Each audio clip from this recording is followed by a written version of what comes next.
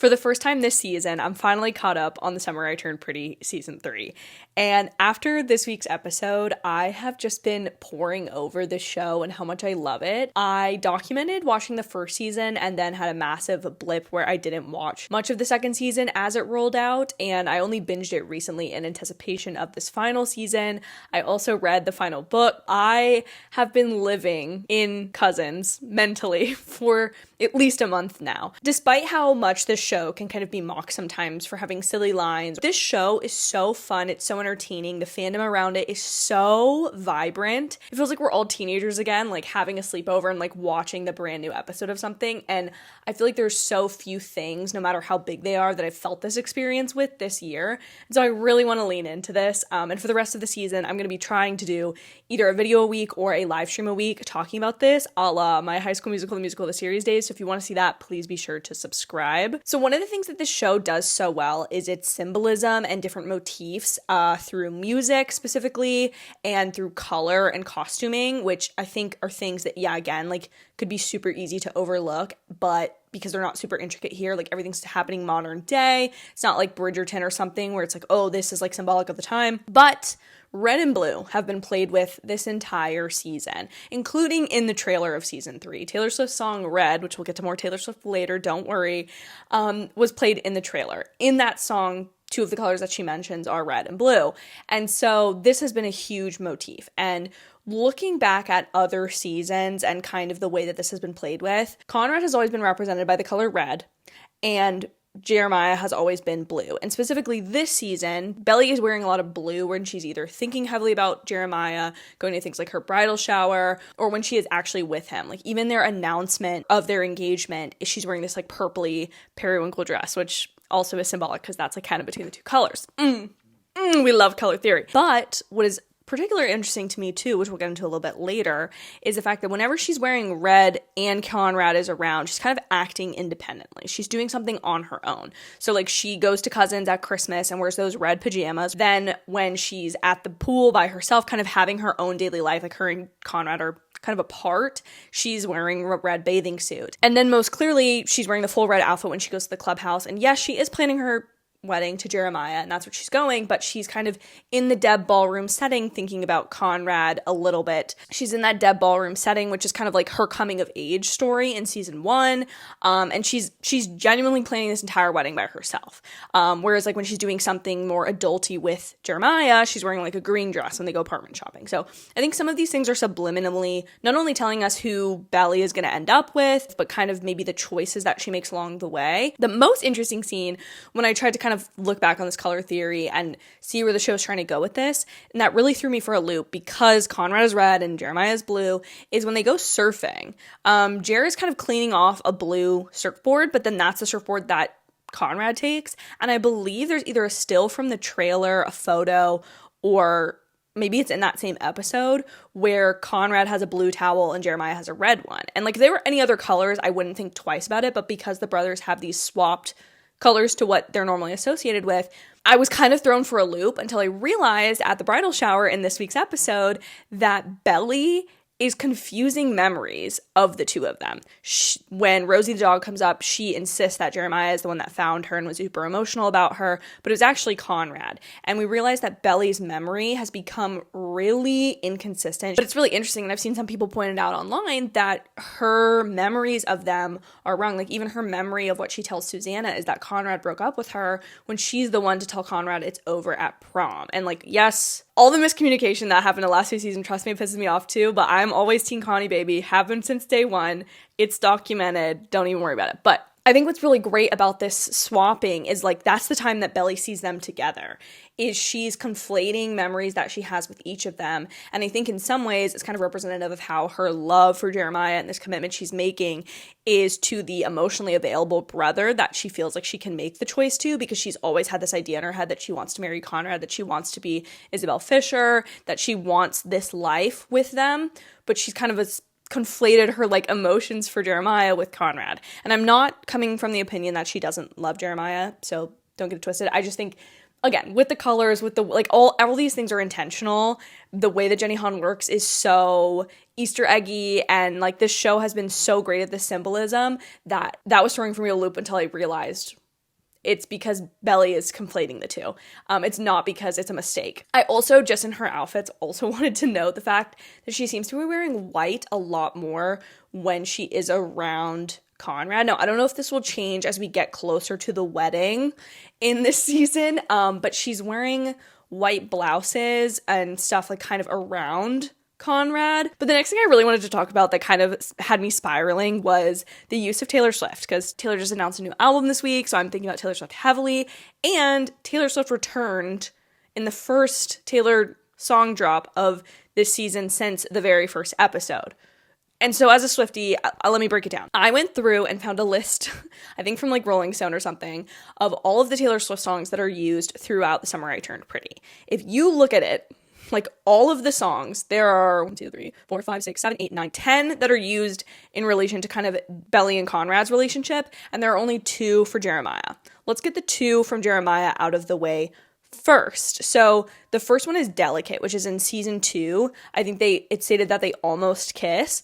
And what I noticed about this song when I think about it, even though I love this song and it hurts me that a song from Reputation is being used for Jeremiah, it's a song where it's kind of singing from the perspective of somebody who's insecure, who likes this person, but it's not like a sure thing. It's not really ingrained in them. It's not this like otherworldly force. It's like, is it cool that I said all of that? Is it cool that you're in my head? I know that this is delicate and I know this is this fine line, which her and Jeremiah's relationship has always kind of been this like second choice or potentially of like friends to maybe more rather than with Conrad. Obviously he's her friend in that way, but like she's always been pining for him. And of course You're Losing Me was played at the end of episode 1. And I think what's interesting is that if you look at these 2 songs, again, I can't really excuse the Delicate one as easily, but with You're Losing Me, the song You're Losing Me is about like not being seen. And I think it makes more sense in the context of her and Jeremiah's relationship, where she's saying, like, if I was sure that we weren't broken up or that we were going to get back together, like, why weren't you? And it's kind of showing this, like, misconstruement of, like, one person thinking the relationship is just fine the way it is and the other person, like, having some issues that are not being recognized, which I think is way more indicative of her and Jared's relationship versus, like, her and Conrad is just, like, when they break up, it's because they're both emotional about Susannah and they're like trying to navigate that. But let's get to Conrad's song. So we have like some great ones. We have Lover, Cruel Summer, but we also have False God. And you might be like, wait, that just played this week. It's not the first time. So the first time that we hear False God in The Summer I Turned Pretty is when Conrad and Belly are down at the dock and they are kind of thinking about one another. And the Team Conrad girlies love to go back to this moment, because this is the moment where they almost kissed. It's kind of the first moment we realize they both do have feelings for one another, like that Conrad reciprocates her feelings, but that Belly still has this level of like intimate worship, and they're about to take this past like this cute little pining crush thing that the whole family knows about, and Jeremiah interrupts it. So that's a very important pattern that has now been repeated in the bathroom scene, which we'll go further into context on later and why I've explained all of this Taylor stuff. But they don't kiss again in the bathroom scene because of Jeremiah. In a different way, albeit he's not shooting a firecracker at them, but it's the same kind of context of like them realizing they have reciprocal feelings for one another, having that like level of like worship and passion for one another in this romantic way, and I just love it. We also have some classics like The Way I Loved You, which I have a theory about later on, This Love, Last Kiss, Invisible String, Sweet Nothing, Snow on the Beach, and Exile. I really don't think any other than The Way I Loved You is going to make a comeback, but we'll get to that in a second. The other thing that the season is doing really well is doing a lot of parallels to, I think, huge inspirations on Jenny Han's writing of this series initially that I think she's been able to like really fully form in the show. And I want to give a huge props to Jenny Han too. Like, after having read I read like half of The Summer I Turned Pretty, the first book. I never read the second one, and then I fully read the last one. She wrote something that was truly YA, and she's been able to adapt it really purely into a television series while also understanding all these other motifs. Like, I just think for somebody who is like a traditional author to jump into this film space, like, Jenny, you're killing it, girl. You don't need me to say that to you. You have those Netflix and Amazon Prime checks, but she's doing a great job. And this season, I think she's done an excellent job of weaving in The Notebook and The Great Gatsby. And let me explain.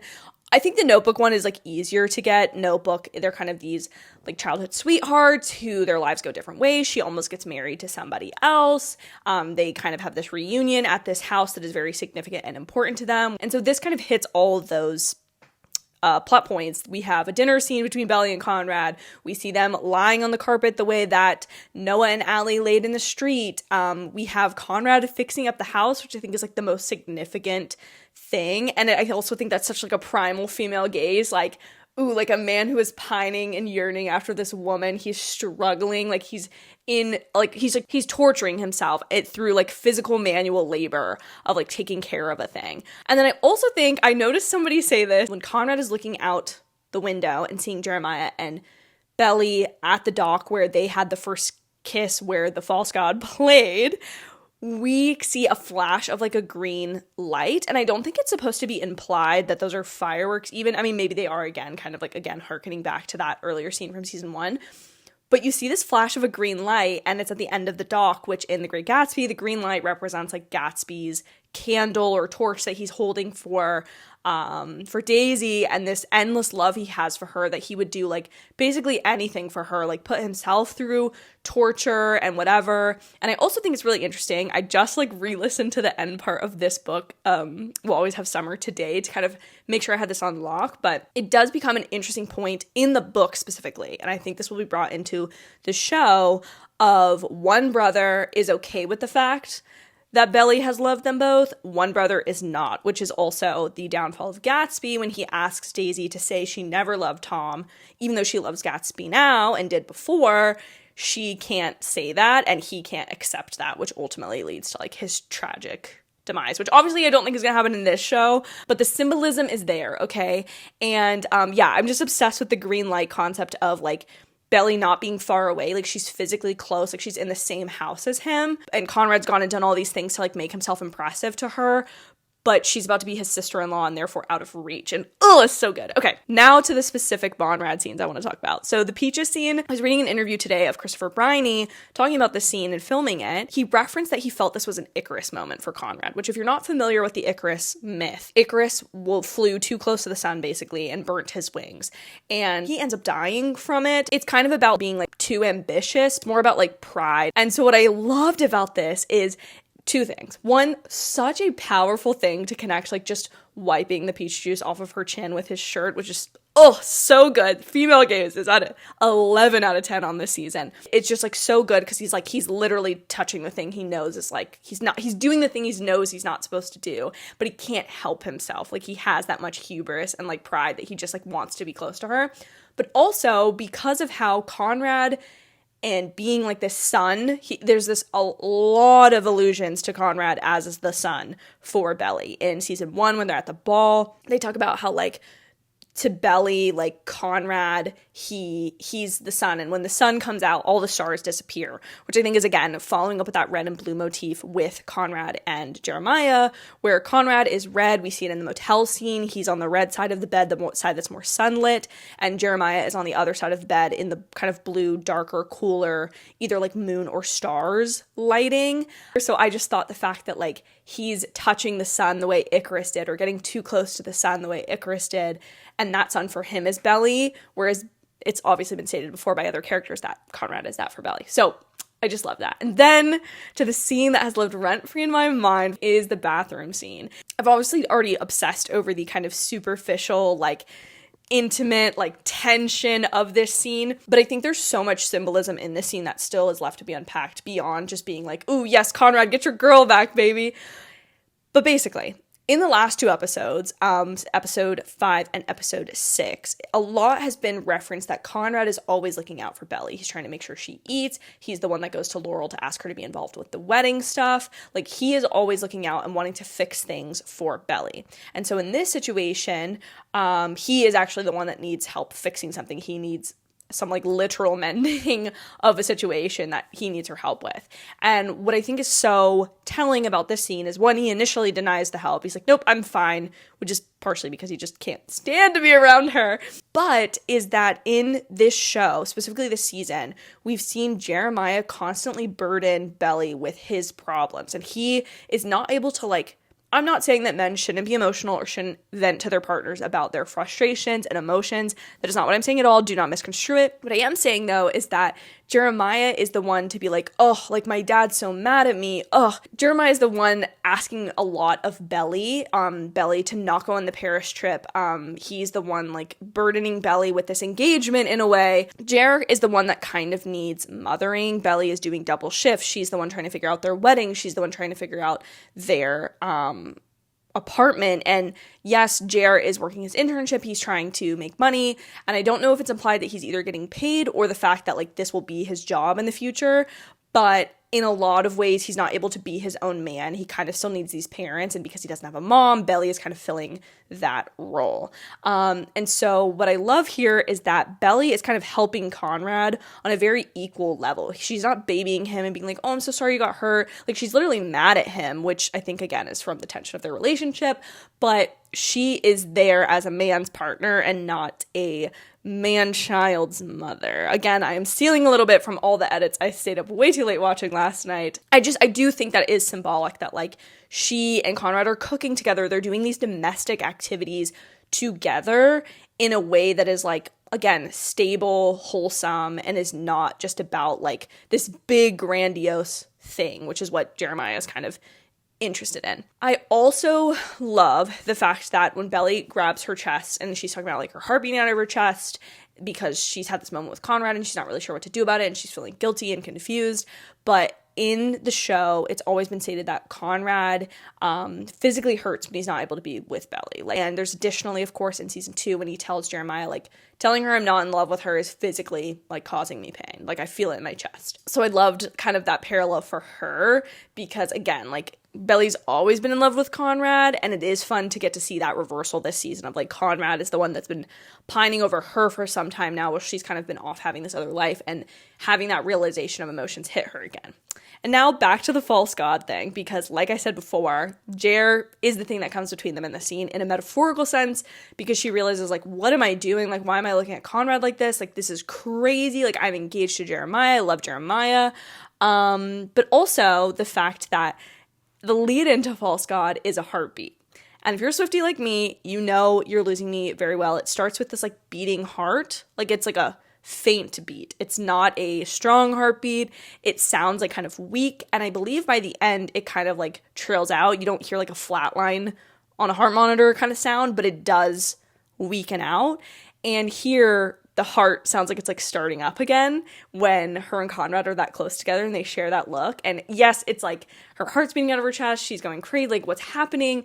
But it's also this symbolic thing of Belly that she has kind of shut out this side of herself and or hasn't had this strong of an emotion or pull towards Jer. Not that she doesn't love Jer, not that she didn't ever love Jer, but she hasn't had this like feeling of like life until she has this moment with Conrad. And I'm obsessed with symbolism of that.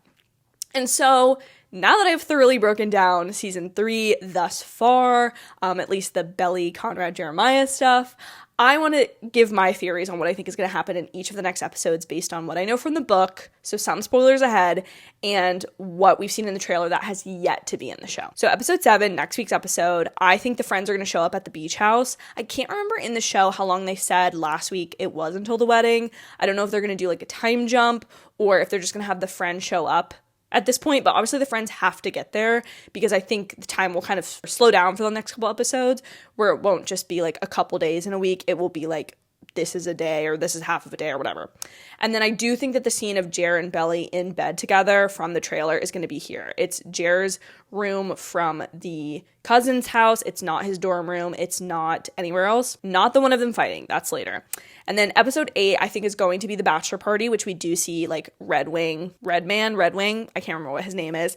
Jer's friends are going to come in town. They're going to do the bachelor trip. Conrad is going to hear about the cheating thing, and he's going to tell Belly that he still loves her. In episode 8, I think that's where it's going to end, is him being like, I still love you, and them having that. I think in episode 9, Conrad and Belly are going to have their fight from the book, which I won't go into detail about for sake of spoilers.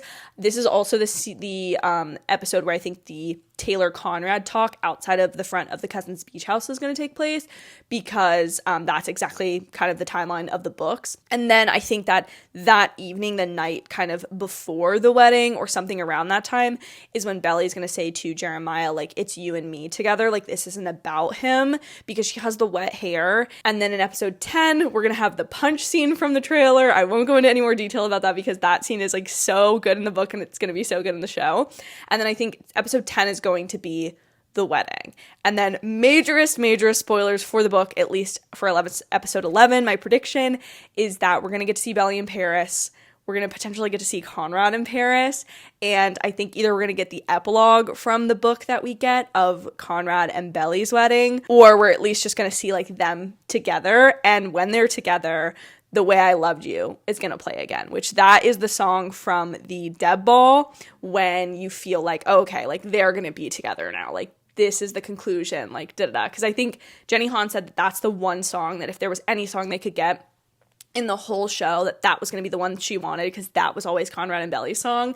And so I just can't imagine that not reappearing at some point this season. And it only makes sense to have it when they're like fully reunited, and not tainted by like anything going on with the wedding stuff. So those are my full analysis and prediction of The Summer I Turned Pretty. But for these episodes coming up that I have these theories for, I am thinking about doing a weekly live stream, either watching the episode live or more likely kind of breaking it down maybe a day after. So you're going to want to subscribe for those. Thank you guys so much for watching. Please let me know in the comments down below who you want Belly to end up with. And yes, I know there are some people that just hate Belly and think the show is toxic, but I think it is fun as hell, and I am certainly going to be sad until my boy Connie baby gets his girl back. So thank you for listening. Have a wonderful day or night whenever you're getting to watch this, and I'll see y'all in my very next video.